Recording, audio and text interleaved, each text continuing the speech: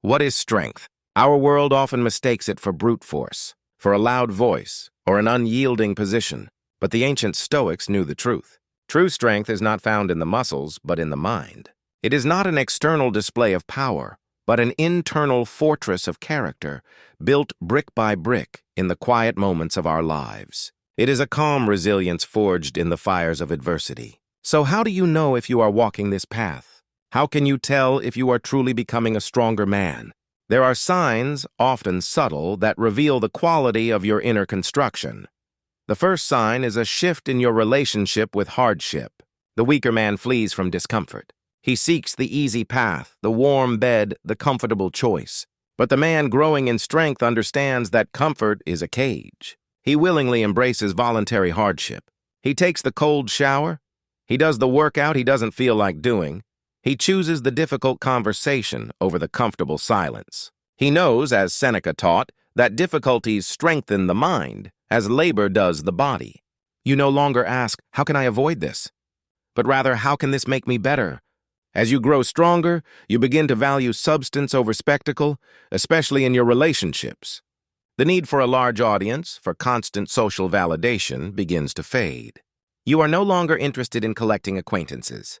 You are focused on cultivating true friendships. Your circle may become smaller, but its foundation becomes unshakable. You seek companions who challenge you, who embody virtue, and who will stand with you in the storm, not just bask with you in the sun.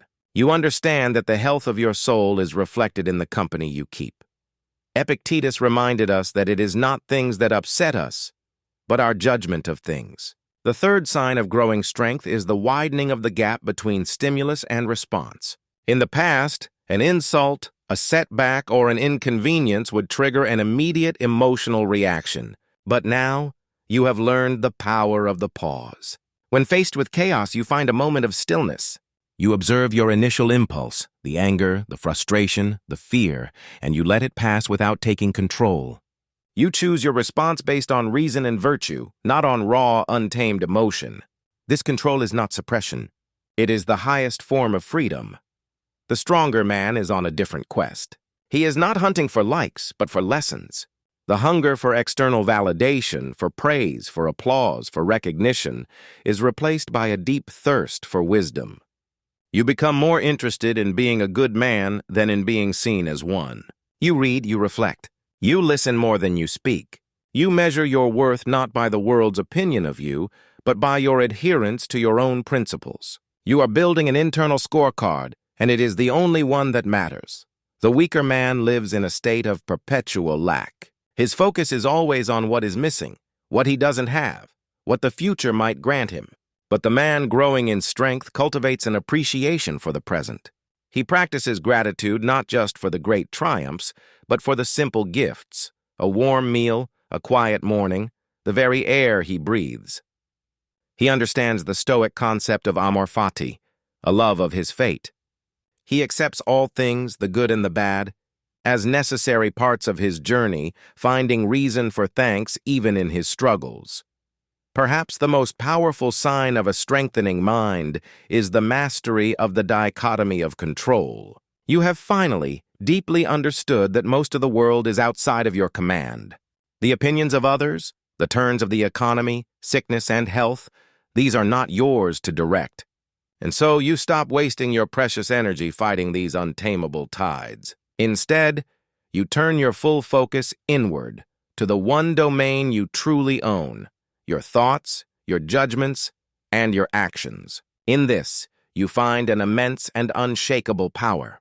Where others see a wall, you now see a way. The final sign is a profound reframing of life's challenges. An obstacle is no longer a source of frustration, but a test of character. A difficult person is not an annoyance, but an opportunity to practice patience. A failure is not an end, but a lesson in humility and resilience.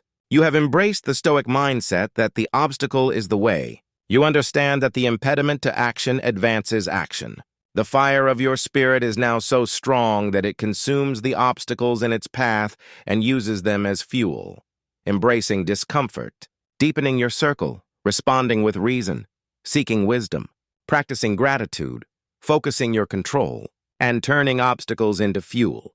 These are not grand, dramatic events. They are the quiet, daily choices that build the unseen fortress within. This is the path of the Stoic. This is the path to becoming a stronger man. The work is never finished. But today you are stronger than you were yesterday, and tomorrow you will be stronger still.